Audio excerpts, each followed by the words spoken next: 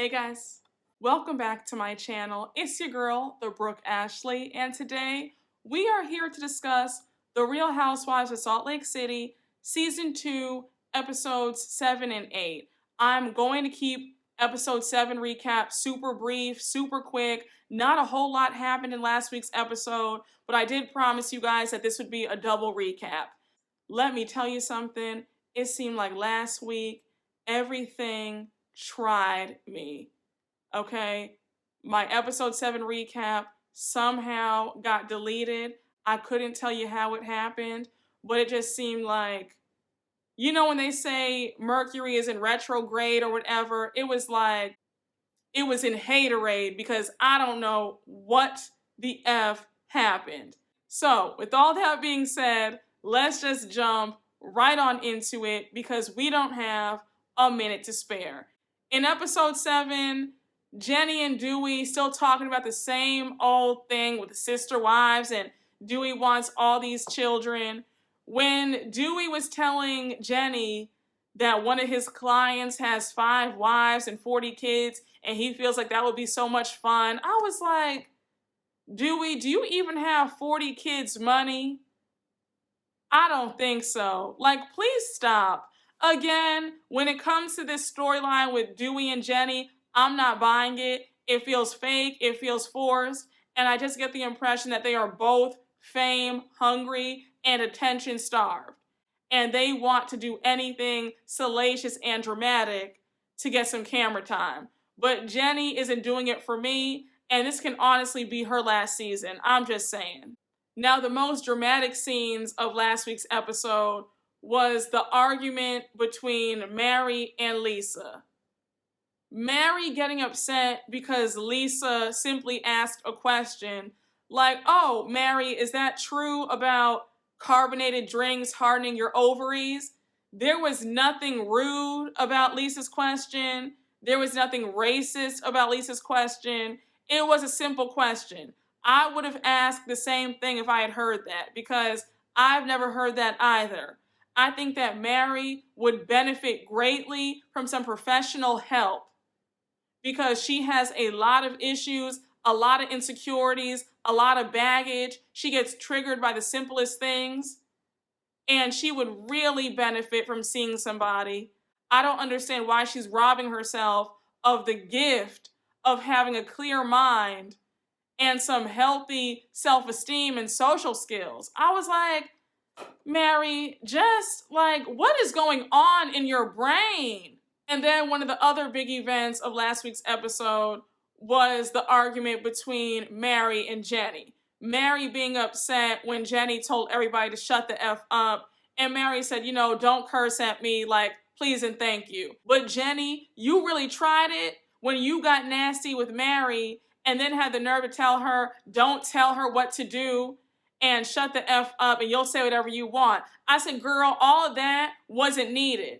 And it was so funny how you had all that mouth in the parking lot, but when it was time to address Mary one-on-one at the table, you were talking to everybody else except Mary. I said, girl, how are you going to be Billy Badass and then be cowardly in the same breath? Like, how does that work? I don't like Jenny. I think she's trying way too hard to be like the next Gen Shah, and it's evident. You're not that girl. You're not a fighter. Again, Jenny reads as very desperate and very thirsty to have some camera time. And Angie, I want to let you know that your friendship with Lisa Barlow is over. I'm not saying that I'm not on your side, sis. But at the end of the day, you did accuse your friend of 20 years of sabotaging your event. So because of that, you need to make peace with the fact that your friendship is non-existent now.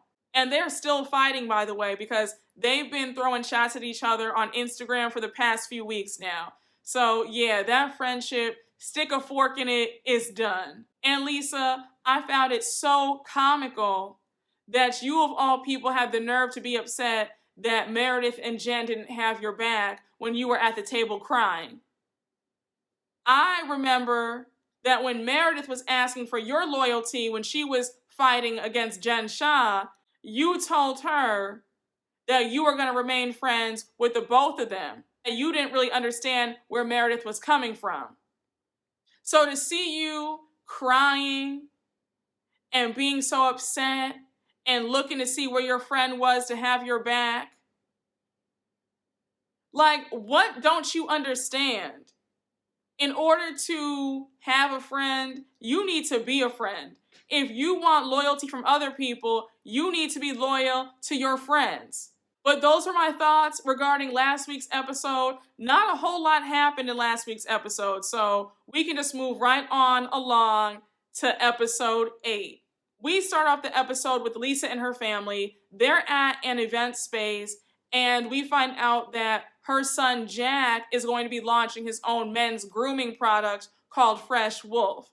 And Lisa is just so ecstatic about it. She's talking about how he has the creative genes and he's like a mini her. And she's just going on and on and on. So on top of them throwing this event for his new product, he's going to be teaming up with a local charity in the city. And it's going to be a charity that focuses on foster care and raising awareness. Her son, Jack, says that he knows a few students in his school who are in the foster care system and he wants to raise more awareness. And then he brings up how their dad, John, was adopted and then he was placed into foster care for about a year.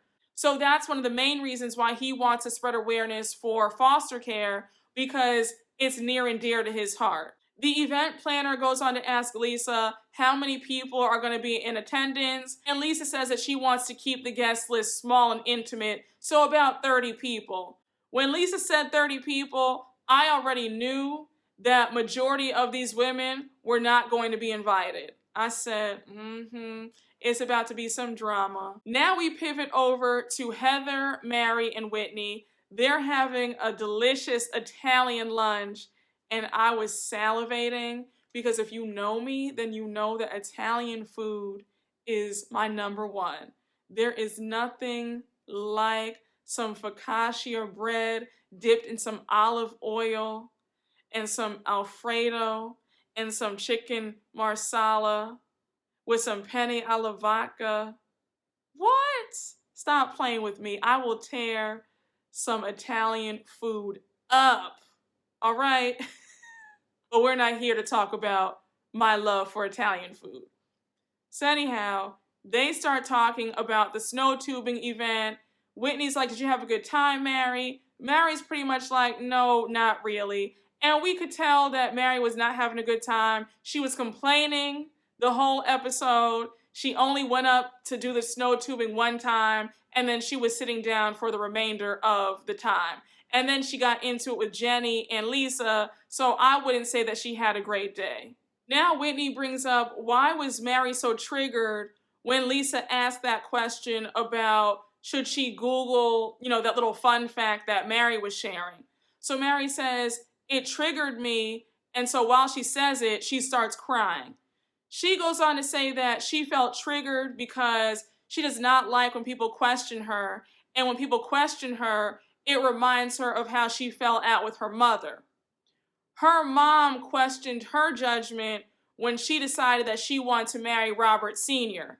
So Mary then says that her mom felt like she was supposed to be next in line when the grandmother died, and she was really upset when Mary was the one who married Robert Sr. Now, let me stop right there. What kind of mother-daughter duo are y'all two that y'all had your eyes on your mother and your grandmother's husband? I don't know how much clearer I can say it, but Mary would benefit from some professional help immediately. I don't understand why she won't see a therapist. It is clear that Mary has so many issues. And I mean so many issues, like a mountain full of issues, like more issues than Vogue. I think that Mary grew up in a crazy environment. She grew up in a crazy family who was very concerned with power and money. And it transferred on to Mary. And so when Mary's grandmother passed, she had her eye on the prize just like her mom did. And Mary lucked out and married Rob Sr. because Mary was 20 years younger. She was in her early 20s. And Mary's mom was the same age as Robert Sr. at the time, because remember that Robert Sr. was 20 years younger than the grandmother. So there you go. Then Mary says that she was capable of making the right decision. She didn't back down from her decision, and her mom just couldn't take it. So her mom cut her off, and they haven't spoken in 25 years. I said, this is some sick, twisted mess. I was shaking my head the entire time. And when Heather said, well, Mary, you came out on top, I said, Heather, if this is what on top looks like to you, then you also need to see a therapist as well, because Mary is not on top. Mary is miserable. She is unhappy in that loveless, sexless marriage to that old man who she has nothing in common with. Mary lets Heather and Whitney know that she has 3 brothers and 1 sister, and one of her brothers went with her mom. So she also goes on to say that her mom doesn't want any resolve, and that is fine. Again, I think it's really sad. I think it's pathetic, and I think it's absolute madness that they would let this man come in between them. Neither one of them should have been vying for Robert Sr. That was her mom's stepfather, and that was her step-grandfather. He should have been off limits. But it seems like there's a lot of craziness in Mary's family, so I guess if Mary or her mom didn't get Robert Sr., somebody else in the family might have. A mess. Heather and Whitney change gears in the conversation, and they bring up Lisa and Mary yet again. Heather says that Mary's taken a lot of crap in this friend group, and then she goes on to ask if her and Lisa are on good terms. Mary's like, look, it's fine, we're good, we're cool, like, I'm moving on, it is what it is. Then Heather says that Lisa's friendship is contingent on how much Team Lisa you're on. Like, if you're not on her side 100%, then she's gonna discard you. Mary says, I don't think Lisa's like that. I don't see that. Like, I think that she's a good friend. And again, like, I don't live like that. Whitney co-signs and says the same thing. She says that Lisa is going to expect Mary to fall in line at some point. And while there is some truth to what Heather and Whitney are saying, I feel like they give Lisa too much power. I feel like Lisa lives rent-free in their minds, and the fixation has got to stop. Now we pivot back to Lisa. Lisa is at a photo shoot for both of her sons for their new men's grooming product called Fresh Wolf. Lisa's going on about they have their creative genes and they are like mini me's. So Lisa is just over the moon that her kids are just as business savvy as she is. So while they're taking pictures, Jen Shah arrives, and baby, Jen might get on my last nerve, but that outfit was everything. That wolf head, I said, Jen, stop playing. Stop playing with me. That was it. Sis, put those stolen monies to use, all right? Because it is clear that Jen is at every Neiman Marcus, every Saks, every Bloomingdale's, every Nordstrom, every Gucci, Louis, Prada, Fendi. Like, Jen can dress. I will give her that. But at the same token, girl, make sure that you still have the receipts on everything, because when those feds come knocking on your door, it's going to be going right back to the victim. So, you know, take good care of your stuff, girl. Don't get any stains on your garments. I'm just saying. So Lisa's sons are done with their photo shoot. They leave the room, and now it's Jen and Lisa talking amongst themselves. So now Lisa says to Jen, Jen, are you okay? Because I feel like you and Heather have the most dysfunctional friendship. Like, what is going on? I want you to have healthy friendships. I said, Lisa, you're the wrong one to discuss anybody having healthy friendships. And secondly, Jen was in the wrong for how she did Heather. Heather was a good friend to Jen. Jen was not a good friend to Heather. So any dysfunction was on Jen's part. Let's be real clear about that. Okay? Because Jen is nobody's saint. Jen is the common denominator in every single argument or fight in this group. Let's just call a spade a spade. So now Lisa brings up the drama with Jen's former assistant. Now, I was reading the articles on the New York Post, and I heard the audio, and the way Jen was speaking to her former assistant, I said, this is unacceptable, and she needs to be sued. Jen's mouth is volatile. She was calling her former assistant everything but a child of God. And when last season wrapped, some footage leaked on Instagram of her berating another assistant. And when I tell you, she was treating this woman like this woman was gum on the bottom of her shoe. She was cursing this young lady out so bad that Sharif had to step in and tell his wife to stop. I don't know why anybody would want to work for Jen. Her temper is nasty. And word on the street is she's not even paying folks, because this assistant that Lisa brought up, he claimed that he wasn't paid for 4 months of work. And I'm not surprised. I always had a side eye on how Jen was able to afford 10 assistants. And I always felt like all those assistants last season were either friends or family or people who were desperate to be on TV. She was not paying all those folks. She was probably paying Stewart and then her second assistant, and that's about it. And probably paying them pennies on the dollar if we're being real.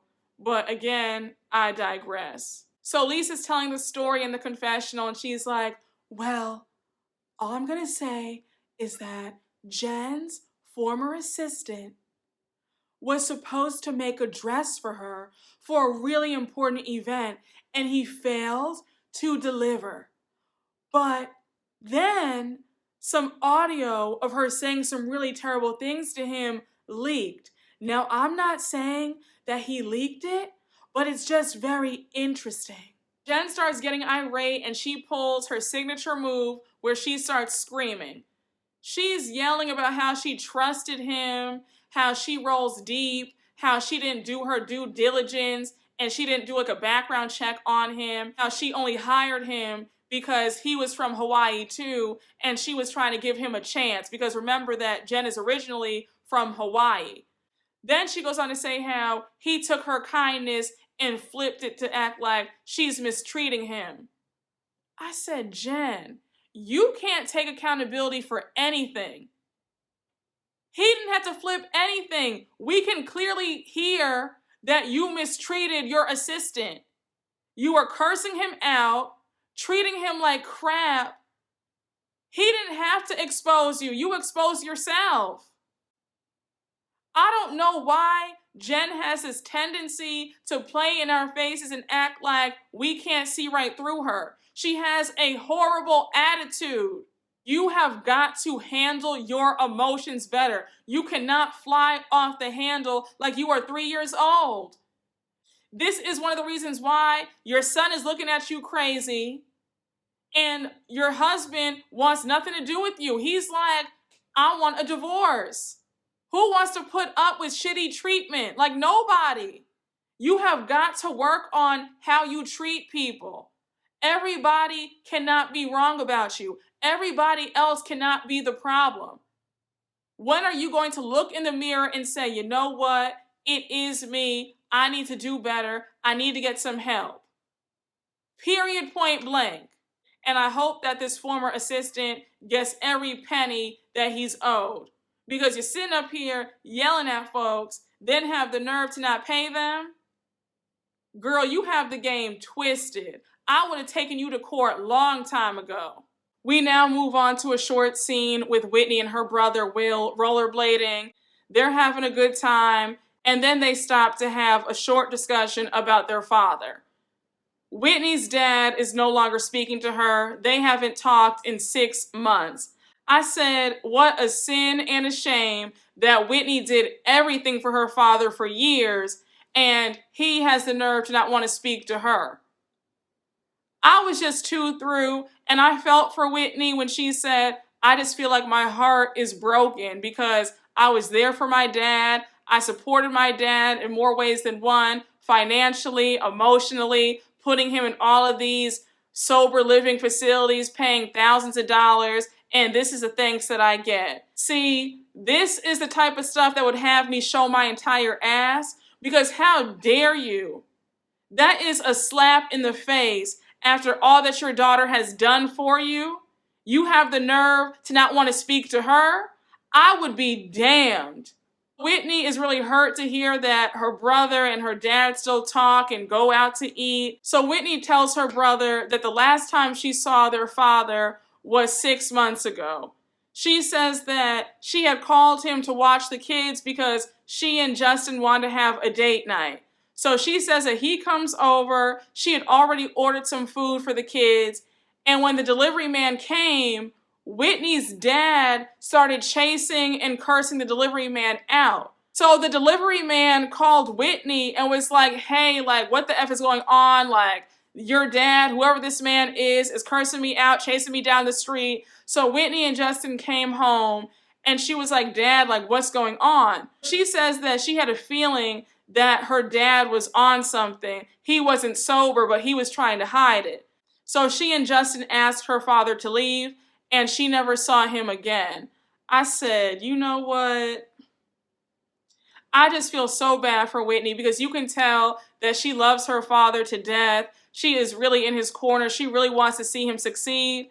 And for him to just give her a big F you, he's mad at her after everything that she's done for him. I said, you just can't make this up. Now we see a short scene with Heather and Meredith. They're having a double date with their daughters.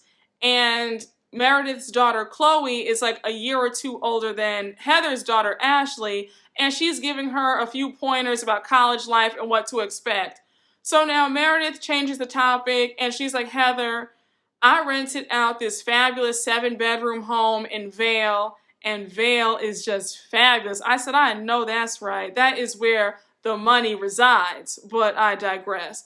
So anyhow, she's like, it was supposed to be like a vacation home for me and my kids and Seth, but Seth can't make it, so let's just do a girls' trip. So Heather's like, I'm down, sounds good. So now, of course, they bring up Jen Shah's name. Meredith is like, that's your friend. If you want to invite her, go ahead. Like, you can do it, but I'm not. So now we move on to the next scene, and it's the big day of Lisa's son's Fresh Wolf event with the charity. So we see that Meredith is the only housewife that was invited, along with Lisa's other friends. So now we see a parallel scene with Jen and Heather. They're at Heather's house, and Jen brought all these sex toys over. She's trying to educate Heather on the bedroom and talking about dating and all that stuff. She brought these like candy bras and these tassels and like everything. I said, okay, I know that's right. Heather tells Jen about the Vail trip. She's like, you're invited. I'm excited. Then Jen says in her confessional that it's a bit weird that Heather is inviting her on Meredith's trip. I said, girl, you and Meredith just got back on speaking terms. Just be happy that there was an invite for you, okay? So here's where things get messy. Jen brings up her conversation with Lisa the other day, and she's like, did you know that Whitney was sending some of her products to my former assistant? And Heather's like, wait, what? Like, I didn't know that. Like, I can't believe she would do that. So Heather is super taken aback, but then she's like, but why did Lisa feel the need to tell you that? It feels kind of suspect to me. I'm not mad at Whitney gifting Jen's former assistant products. If she wants to do it, she has every right. Jen was really nasty to her last year, so I'd probably do something petty too. Then Heather says, okay, if Lisa wants to throw my cousin under the bus, then I got something for her. So Heather says, you know what's really funny? I just got off the phone with Whitney, and she told me that Lisa invited her to some event that's going on tonight. How come she didn't invite you since you guys are good friends? So now Jen is like, yeah, I mean, you're right. So now Jen wants to know what this event is for. Heather says it's to raise awareness for the foster care system. So now Jen is irate. She's like, wait a second, hold up, wait a minute. Like, that is a very near and dear cause to me because my aunt just adopted 2 kids. Heather's just sitting back like, if she wants to be petty, I can be petty too. So now Heather says, I'm really curious to see who else she invited because it's just really funny that you weren't invited since you guys are supposed to be BFFs. Jen is visibly bothered and she goes on to say, you know what? I'm just so tired of trusting the wrong people. I said, Heather, that was such a genius move on your part. The way that you flipped it back on Lisa, that's how you do it. That's how you stick up for your cousin. Heather said, you are not going to be sitting up here throwing my cousin under the bus. No, ma'am.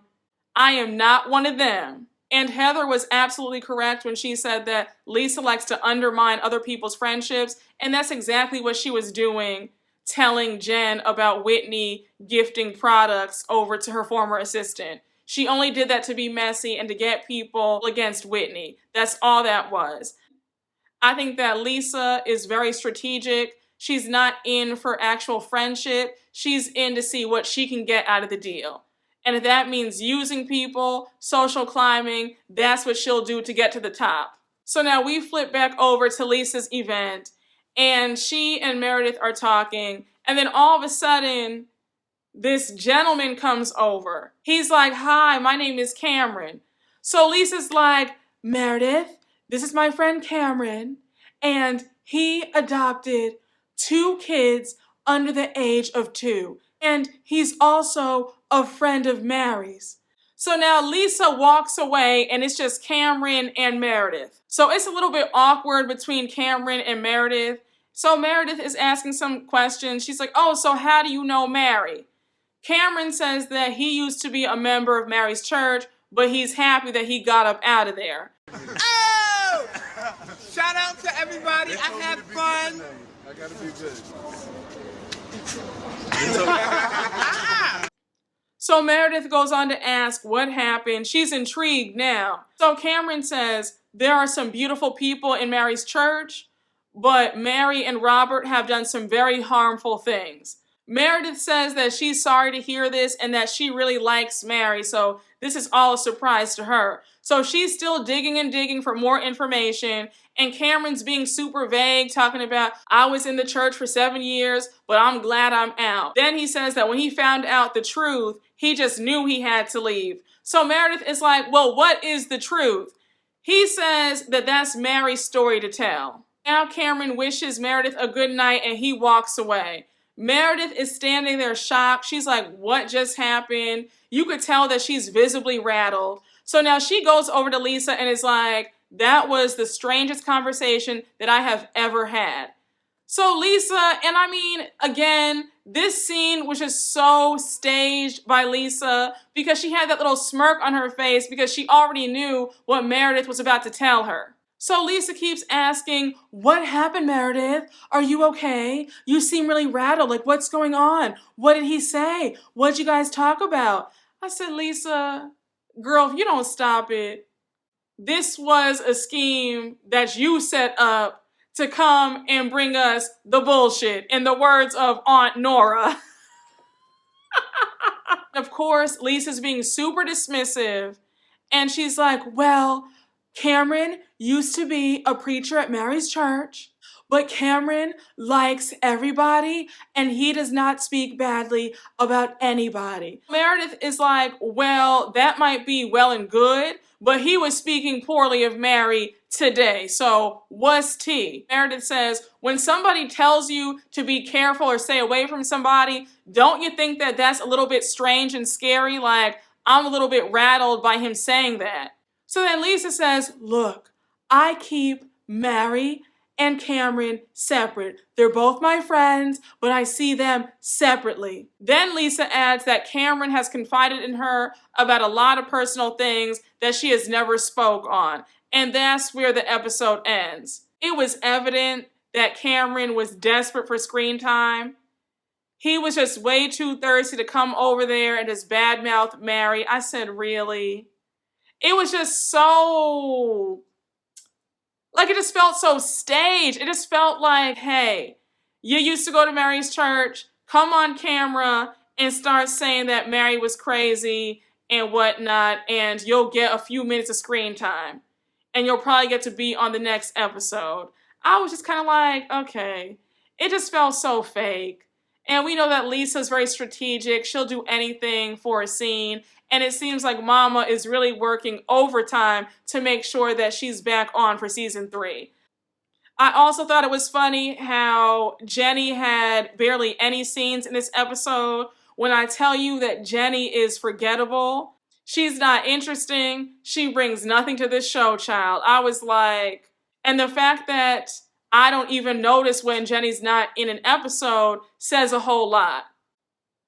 Again, Andy, please replace Jenny with Angie because Angie actually understands the assignment. But in all seriousness, it's time to show us Jen Shah's arrest. We've had enough. We've sat through a lot of filler episodes. It's time to get to the main course. I don't like to fill up on too many hors d'oeuvres. I'm just saying, give me the steak. All right, I want the steak dinner. Enough with the light bites. That's not what we came here for. But it does look like next week's episode is going to be the episode where we do see Jen Shah's arrest. So, all that being said, y'all, that was the episode. I hope you all enjoyed my recap. And as always, make sure to like, comment, and subscribe. And I will see you all later. Bye.